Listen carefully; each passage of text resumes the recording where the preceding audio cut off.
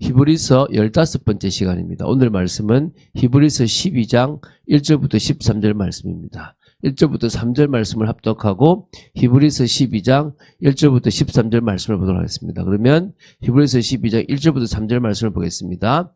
이러므로 우리에게 구름같이 둘러싼 허다한 증인들이 있으니 모든 무거운 것과 얼매기 쉬운 죄를 벗어버리고 인내로서 우리 앞에 당한 경주를 하며 믿음의 주여 또 온전케 하시는 이인 예수를 바라보자.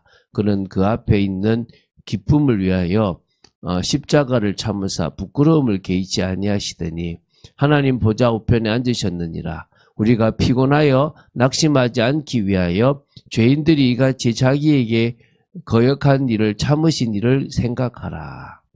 그러니까 예수님 입장에서 자신들의 백성들이 바로 이 인간들인데요. 죄인들이 있잖아요. 그들이 하나님의 일을 거역했지만 그것을 참고 오히려 하나님의 뜻을 이루신 예수 그리스도처럼 우리도 피곤하여 낙심하지 않기 위해서는 그것을 생각하고 이겨야 될 줄로 믿습니다. 자, 히브리서 후반부는 히브리서 10장 19절부터 13장 25절까지라고 말씀드렸습니다. 예수 그리스도를 믿는 성도의 신앙과 생활에 대한 교훈이라고 보시면 됩니다. 후반부 앞부분이 히브리서 10장 19절부터 12장 13절 오늘까지가 앞부분이 되는 겁니다. 인내하는 믿음에 대해서 권면하는 부분입니다. 그러니까 구체적인 믿음의 예증을 보였잖아요. 믿음으로 아벨은, 믿음으로 에녹은, 믿음으로 노아는 쭉 이렇게 히브리서 11장에 그런 인물들이 쭉 나왔습니다. 그것에 이어서 이 히브리서 12장 1절부터 13절은 이제 인내로서 경주해야 될 신앙인의 삶에 대한 교훈이 나온다고 보시면 됩니다. 그래서 1절부터 3절이 믿음의 경주를 해라. 인내로서 달려가라 이 말입니다. 그래서 특히 이제 1절에 보면 이러므로 우리에게 구름같이 둘러싼 허다한 증인들이 있으니 모든 무거운 것과 얼매기 쉬운 죄를 벗어버리고 인내로서 우리 앞에 당한 경주를 하며 자 허다한 증인들이 있대요. 히브리서 11장에 등장한 믿음의 선진들이 바로 허다한 증인들입니다. 경기장 주변에 가득한 관중들처럼 성도들을 격려하고 있는 증인들이 됩니다. 야, 나도 그 길 갔어. 가. 괜찮아. 죽어도 괜찮아. 어려움 당해도 괜찮아. 내가 그랬어. 이렇게 증인들입니다. 그들은 단순한 구경꾼이 아니고요. 자기 삶으로 하나님의 신실하심을 증언하는 사람들이라고 보시면 됩니다. 근데 그들은요, 무거운 것과 얼매기 쉬운 죄를 우리에게 벗어버리라고 합니다. 바로 무거운 것은 뭡니까? 죄는 아니지만 우리가 믿음의 경주를 해나가는데 방해되는 것들, 게으름, 세속적인 것, 낙심, 여러 육신적인 것들이라고 보시면 됩니다. 얼매이기 쉬운 죄는 뭐냐?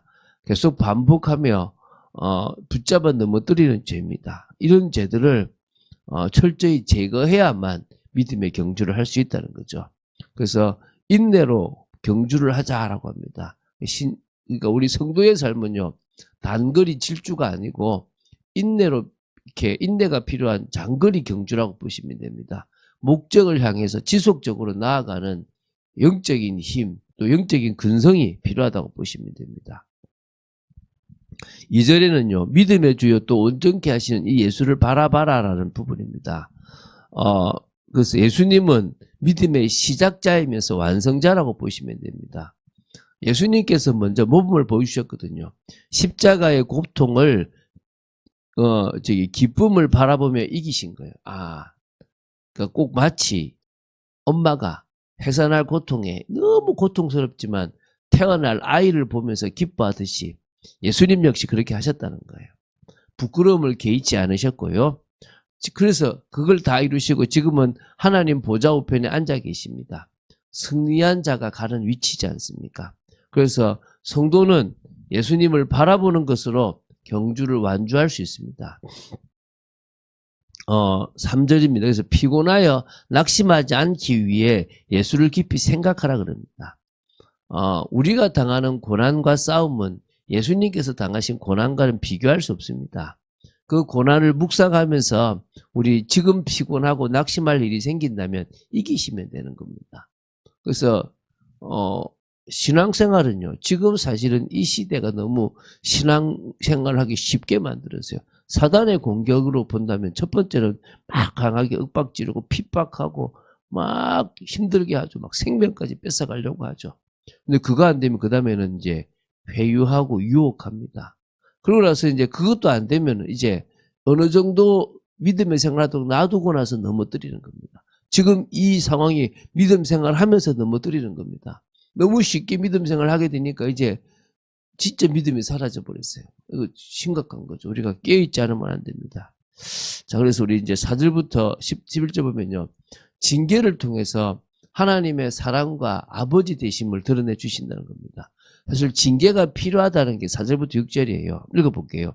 너희가 죄와 싸우되 아직 피 흘리기까지는 대항하지 아니하고 또 아들들에게 권하는 것 같이 너희에게 권면하신 말씀도 잊었도다. 일러서되 내 아들아 주의 징계하심을 경히 여기지 말며 그에게 꾸지람을 받을 때 낙심하지 말라.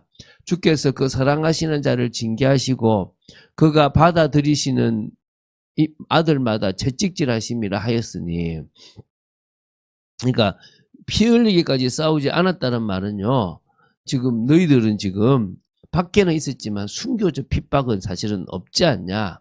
고난이 너무 크다고 낙심하지 말라. 너희보다 더 큰 고난을 당한 사람이 있다. 그러면서도 지금 징계를 가볍게 여기거나 낙심하지 말라. 이게 이제 잠언 3장 11절부터 12절을 인용한 건데요. 징계에 잘못 반응하면 두 가지 극단이 있습니다. 가볍게 여기면 상관없다는 듯이 무시하는 태도고요. 낙심하면요, 과도하게 절망하는 태도일 수 있습니다. 이 두 가지 다 잘못됐다는 거예요. 그래서 징계의 본질은 하나님의 사랑이기 때문에 오히려 하나님은 사랑하는 자를 징계하고 기뻐하시는 아들에게 채찍질을 드시기 때문에 징계는 버림이 아니라 사랑의 표시다라고 생각하면 되는 거예요. 그래서 7절부터 11절에 징계의 목적이 나와요. 너희가 참음은 징계를 받기 위함이라. 하나님이 아들과 같이 너희를 대우하시나니 어찌 아버지가 징계하지 않는 아들이 있으리요. 징계는 다 받는 것이거늘 너희에게 없으면 사생자요 친아들이 아니니이다.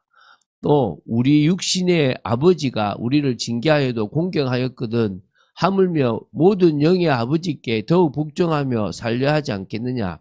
그들은 잠시 자기의 뜻대로 우리를 징계하였거니와 오직 하나님은 우리의 유익을 위하여 그의 거룩하심에 참여하게 하시느니라. 무릇 징계가 당시에는 즐거워 보이지 않고 슬퍼 보이나 후에 그로 말미암아 연단받은 자들은 의와 평강의 열매를 맺느니라. 맞죠? 저는 그거 좀 맛봤거든요. 그렇게 되기를 바랍니다. 그래서 징계는 아버지와 자녀 관계를 증가하는 거다. 그래서 우리가 하나님의 징계를 받는다는 것은 하나님의 참 자녀라는 거고, 징계가 없다는 말은 사생하다라고 보시면 됩니다. 그래서 인간 아버지의 징계도 나름 어떤 의도가 있는데 하늘 아버지의 징계는 당연한 건 아니겠냐. 그의 거룩함에 참여하게 하기 위한 것이다. 다 우리에게 유익한 것이다 이 말입니다. 그래서 징계는 당장은 괴롭지만 결과는 선하고 우리에게 의와 평강의 열매를 맺게 하는 겁니다. 성숙과 평안의 열매를 맺게 한다고 보시면 됩니다. 그런 의미에서요. 사실 징계가 어떻게 즐거워 즐거워 보이겠습니다. 당연히 즐거워 보이지 않고 슬프고 힘들죠. 아픕니다. 다시 맞으라 그러면 맞을 마음 없어요. 다시 당하고 싶지 않아요. 그런데 한 번은 참 잘 당했다. 그거 안 당했으면 지금의 내가 될 수 있었겠냐라고 생각돼요. 여러분, 그게 하나님 주시는 징계입니다. 참 써요. 근데요, 되게 약이 됩니다. 되게 감사해요. 또 당할래? 아우, 뭐, 안 당해놨죠. 이렇게 입술로는, 또 주님 주시면 당해 싶은데 내 마음에서, 쉽지 않은데요. 이 생각이 듭니다. 그렇습니다. 그게, 저도 그래요. 그래서 낙심한 손과 무릎을 일으켜 세우라. 이게 이제 12, 13절인데요. 그러므로 피곤한 손과 연약한 무릎을 일으켜 세우고 다시 발을 위하여 곧은 길을 만들어 저는 다리로 하여금 어그러지지 않고 고침을 받게 하라. 그래서 이 피곤한 손, 또 연약한 무릎 이런 것은요, 고난과 훈련으로 인해서 지쳐 의기소침해진 성도의 상태를 말하겠죠. 그래서 결국은 우리가 서로를 좀 세워주고 같이 힘을 내서 이 공동체 축복 속에서 붙들어 주기도 하고 이끌어 가라는 겁니다. 그러나 위로하지 말, 뭐 위로는 해야 되겠지만 너무 스스로가 일어나도록 만들어주면 되겠죠. 너희 발을 위하여 곧은 길을 만들라. 그러니까 공동체가 평탄한 영적 길을 만들 때 연약한 자가 넘어지지 않고 오히려 고침을 받습니다. 그래서 교회는요, 먼저 된 자가 뒷사람들을 자꾸 이끌어가는 겁니다. 자꾸 끌어가는 거죠. 그래서요, 나의 믿음의 걸음이 다른 사람의 회복에 영향을 줍니다. 여러분, 그 철로 역정이라고 하는 책 있잖아요. 제가 이렇게 2부를 봤거든요. 대부분 보는 것들이 뭐냐면, 그러니까 기독도가 걸어가는 길이에요. 그래서 이제 기독도가 성공하잖아요. 2부는 누구냐면 그 아내와 자녀들이 걸어가는 길이에요. 저는 그거 보면서 감동받았어요. 아버지가 그렇게 힘들게 걸어가고 남편이 그렇게 힘들게 걸어간 길을 아내와 자식들이 걸어가는데요. 막 도와줘요.